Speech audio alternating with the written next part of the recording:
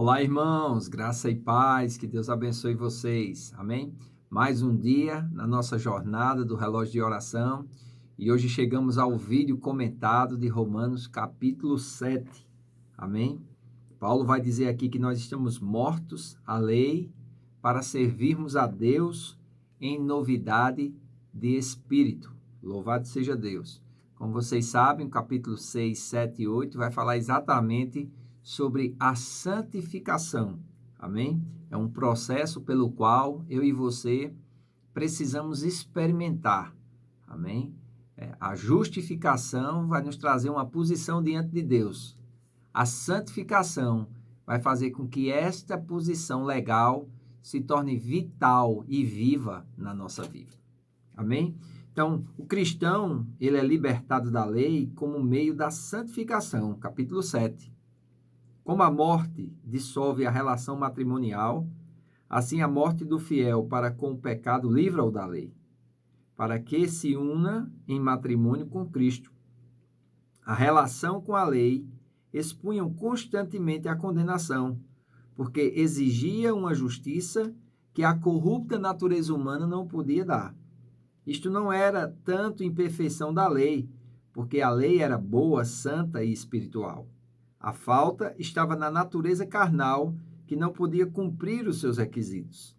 Depois de descrever a sua própria experiência ao descobrir a natureza espiritual da lei e a sua própria incapacidade de guardá-la, o apóstolo Paulo prorrompe numa exclamação, que é ao mesmo tempo um grito de socorro e uma pergunta. Desventurado homem que sou, quem me livrará do corpo dessa maldição? É assim que ele vai concluir, né? Na parte do versículo 24 de Romanos capítulo 7, e no 25 ele vai trazer a resposta. Mas nós vamos ver algo interessante aqui, né?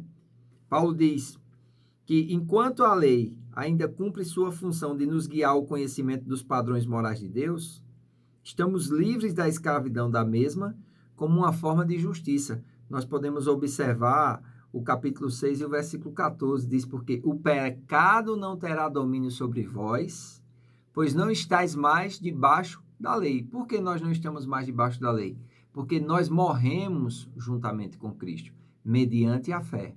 Amém? Então é muito importante nós atentarmos para isso, para nós não sermos mais desejosos e de querermos agradar a Deus por preceitos, fazendo coisas tais como toques, não manuseis, não toques, não manuseis, não faça isso, não coma aquilo.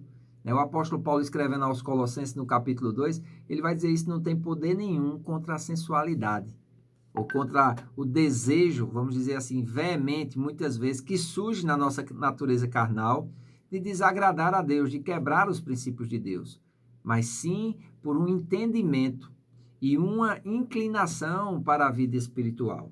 Amém? Então, ele diz assim, assim, meus irmãos, também vós estáis mortos para a lei pelo corpo de Cristo, para que sejais doutro daquele que ressuscitou de entre os mortos, a fim de que deem fruto para Deus. Então, agora o processo de santificação vai nos fazer sermos de Cristo. E nós vamos oferecer os nossos membros a Deus, para que através desse oferecimento, Cristo possa viver através de nós e nós venhamos a frutificar para a justiça de Deus. Amém? Então é muito importante nós entendermos isso. É muito importante nós compreendermos isso. Ele diz no versículo 5, porque quando estávamos na carne, as paixões dos pecados que são pela lei operavam em nossos membros para darem fruto para a morte. Mas agora estamos livres da lei, pois morremos para aquele que estávamos retidos, para que sirvamos em novidade de espírito e não na velhice da letra. A gente não vai pegar a letra para obedecer. Não, o espírito que foi vivificado pelo Espírito de Deus vai fazer com que a unção de Deus venha cumprir em nós a sua vontade. Então, há necessariamente uma inclinação para a santificação. Amém? Uma inclinação para a consagração. Se o crente ele não está conseguindo desenvolver essa inclinação para a consagração e para a santificação, ele vai ter problema de andar em novidade de vida. Amém? Ele vai ter problema em perdoar aqueles que lhe maltratam. ele vai ter problema em abrir mão do gozo transitório do pecado, dos cuidados desse mundo. Ele vai viver ainda preso e vai tentar, na sua busca de agradar a Deus, fundamentá-las em padrões, em preceitos. E isso não serve mais, porque agora nós precisamos ser guiados pelo Espírito de Deus, nós precisamos ser vivificados pela lei do Espírito de vida. Tudo isso vai estar no capítulo 8, que nós vamos ler amanhã. E nós precisamos entender esse processo de santificação. Amém? Não que o problema fosse da lei, não. A lei, ela é santa.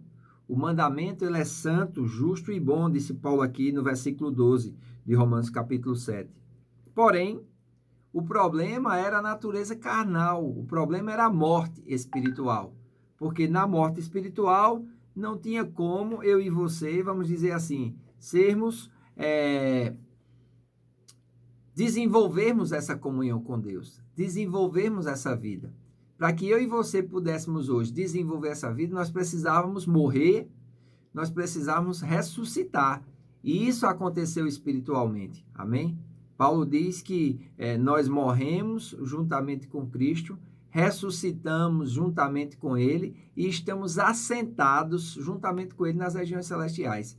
Isso lá em 1 Coríntios capítulo 15 e também em Efésios, capítulo 1 e o capítulo 2, onde ele vai dizer que nós estamos ressurretos e assentados juntamente com Cristo. Como isso acontece? Espiritualmente falando. Quando Cristo morreu, o meu velho homem morreu juntamente com ele. Quando Adão pecou, eu pequei em Adão. Quando Cristo morreu, eu morri em Cristo. Amém? E quando Cristo ressuscitou, esse novo homem ressuscitou juntamente com ele. Agora eu preciso ser guiado por esse novo homem.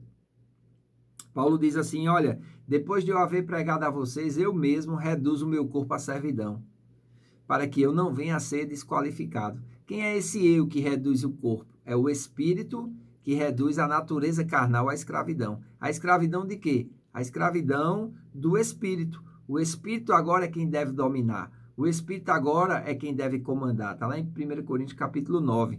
Em Gálatas 5, 17, ele diz, andai no Espírito e jamais satisfareis o desejo da carne. E o fruto do Espírito é o amor. Se você andar em amor, você jamais vai satisfazer o desejo da sua carne. O problema é que muitas vezes a carne ela tenta reviver. Paulo vai exatamente tratar sobre isso aqui, dos versículos 7 até o versículo 24. Ele vê nos membros dele uma lei que era contrária. A lei do pecado e da morte estava operando.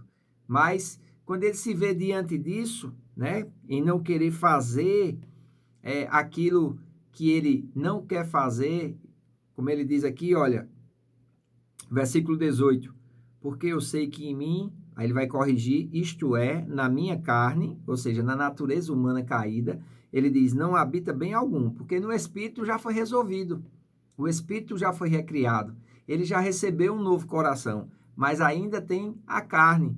E na carne, nem na minha, nem na sua, não habita bem algum, porque a carne ela não se converte. A carne precisa ser crucificada. Ele diz assim, e com efeito o querer está em mim, mas eu não consigo realizar. Se andar na carne, mesmo sabendo o bem, não vai conseguir realizar o bem. Versículo 19, porque não faço o bem que quero, mas o mal que não quero, esse faço. Ora, se faço eu o que não quero, já não faço eu, mas o pecado que habita em mim. Então ele sabia separar muito bem o que era espírito, o que era carne, amém? O que era a vontade do espírito, o que era a vontade da carne. Paulo consegue separar isso. Então ele diz assim, olha, versículo 22, porque segundo o homem interior tenho prazer na lei de Deus. Segundo a nova criação, nós temos prazer em obedecer a Deus, em honrar a Deus, em satisfazer a lei de Deus, amém? Mas na carne ele via nos membros outra lei que batalha contra a lei do entendimento e prendia ele debaixo da lei do pecado que estava nos seus membros. Irmãos, isso era quando Paulo ainda não tinha nascido de novo.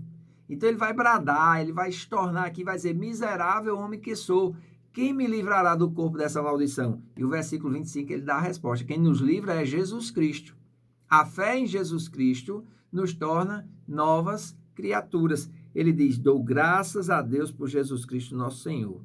Assim que eu mesmo, com entendimento, sirvo a lei de Deus, mas com a carne, a lei do pecado. Amém? Então é muito interessante.